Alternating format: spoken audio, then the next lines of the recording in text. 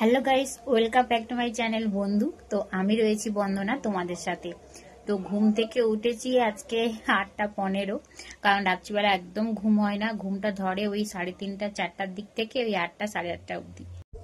তো এই ভোর টাইমে যা 4-5 ঘন্টা ঘুম হয়, তো এই ঘুমটাই একটু শান্তির। কারণ দিনের বেলাও গরম অস্বস্তি, ঘুমাতে পারি না। মানে 2-3টা ফ্যান চলে তবুও ঘুম হয় না, অস্বস্তি লাগে। তো এই প্রেগনেন্সিতে কাদের এরকম অসুবিধা হচ্ছে কমেন্ট করে জানাও।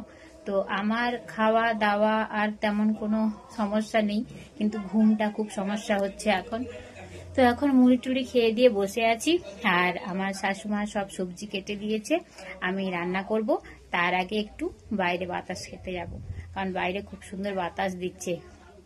তো বাইরে প্রকৃতির বাতাসটা খেলে যেন মনটায় কি শান্তি। ঘরে যত ফ্যানের বাতাস চলুক, বাইরের বাতাসটা বেশি মিষ্টি লাগে। তো বাইরে বাতাসটা আছে বলে তবু এই গরমে টিকে আছি। মানে ভাবছি যারা এই রোদ্দুরে কাজ করছে কি কষ্ট। এখন বাইরে বাতাস খেতে চলে এসেছি। তো দেখতেই পাচ্ছ প্রচণ্ড গরম, তবে পুকুর পাড়ে গাছপালা আছে, বেশ বাতাস দেয়। সকাল দুপুর বিকেল তো সব সময় প্রায় বাতাস দেয়, আর বিকেলের দিকে হু হু করে বাতাস দেয়। তো তাই আমি এখানটায় চলে আসি হাঁটাহাঁটি করতে। তো ডাক্তারবাবু হাঁটাহাঁটি করতে কোনো বারণ করেনি, যতক্ষণ না পর্যন্ত পা ব্যথা হচ্ছে হাঁটতে পারো। তো এই জন্য আমি সকালে 15 মিনিট, বিকেলে আধ ঘন্টা, দুপুরে রাত্রে খাওয়ার পরে 15 মিনিট থেকে 20 মিনিট করে হাঁটাহাঁটি করি। প্রায় সারাদিনে ধরতে পারো 1 থেকে 1.5 ঘন্টা হাঁটাহাঁটি করি। তো হাঁটাহাঁটি করলে কোনো সমস্যা নেই, এতে বরং শরীরের জন্যই ভালো। কারণ ওয়েটটা অনেক বেড়েছে, কোনো এক্সারসাইজ করতে পারছি না। তো এখন হাঁটার বিকল্প আর কিছুই নেই। তো তাই এখন প্রচুর পরিমাণে হাঁটাহাঁটি করি, খাওয়া দাওয়া করি। আর যেটা বলা যে প্রেগনেন্ট মহিলাদের 7 কেন দেওয়া হয়, কারণ আগেকার যুগে মনে করা হতো যে প্রসবকালীন সময়ে অনেক মহিলার মৃত্যু ঘটে। তো এই জন্য তাকে তার সমস্ত ইচ্ছে পূরণ করা হয়, তার যেটা খেতে ইচ্ছে সেগুলোও পূরণ করা হয়। তো এই জন্যই 7 দেওয়া হয়।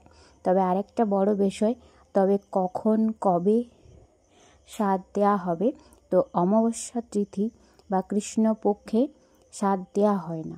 কারণ অমাবস্যা তিথি বা কৃষ্ণপক্ষকে অশুভ বলেই ধরা হয়। বিবাহ, অন্নপ্রাশন, তারপরে সাধভক্ষণ, যে কোনো শুভ কাজ, উপনয়ন, যে কোনো শুভ কাজ কৃষ্ণপক্ষে করা হয় না, শুক্লপক্ষেই করা হয়। এবং বাংলা পঞ্জিকাতেও শুভ দিন, শুভ তারিখ, শুভ সময়, শুভ যোগ লেখা থাকে। তো এই জন্যই মূলত শুক্লপক্ষে বা পূর্ণিমা তিথিতে সমস্ত শুভ কাজ করা হয়ে থাকে, কিন্তু অমাবস্যা তিথি পক্ষে শুভ কাজ করা হয় না। তো বাঙালি মতে এরমটাই নিয়ম। তো আমি যেটা জানি সেটাই সবাইকে বললাম। তো তোমাদের কোনো ধারণা থাকলে আমাকে জানিও। আমি যদি কোনো ভুল বলে থাকি, তো আমার যেটুকু ধারণা বা আমি যেটুকু জানি গুরুজনদের থেকে, তো সেটুকুই তোমাদেরকে জানালাম। তো প্রচণ্ড গরম, এখন হাঁটাহাঁটি করছি। হাঁটাহাঁটির পরে তারপরে বাড়িতে গিয়ে একটু রেস্ট নিয়ে স্নান করে আবার রান্না বসাবো। তো আজকে রান্না হবে নিম পাতা। এই দেখো কাকাবাবু নিম পাতা কেটেছে। তো এখান থেকে নরম নরম কচি ডগাগুলো কেটে বের করা হচ্ছে। তো এগুলোকে নিয়ে এখন নিম আলু মোলা হবে। আর এই দেখো কাকাবাবু স্নান করতে এসছে। তো পুকুর পাড়ে এখানে একটা আম গাছ আছে, তো আমগুলো পেকে গেছে। তো কাকাবাবু এখন স্নান করতে গিয়ে আমগুলো কুড়াবে। তো আমি এই জন্য ভিডিও করব চলে এসেছি। পুকুরের জলটা অনেকটাই কমে গেছে, আর এখন আম পাড়া হচ্ছে।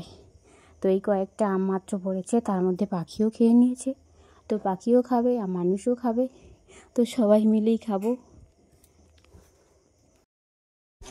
স্নান করতে যাব, সাবান পুরুল ছাল নিয়েছি, আর এই দেখো এখন নিয়েছি ডেটল।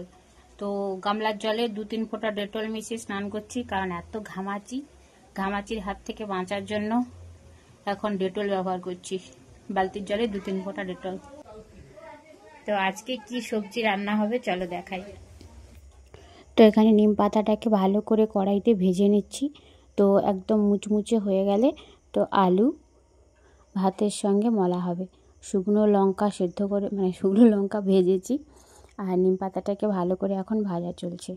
তো এখানটায় মা মলে দিচ্ছে আলুটা, কারণ আমার হাতে ঘামাচি, লঙ্কা মরলে জ্বালা করে।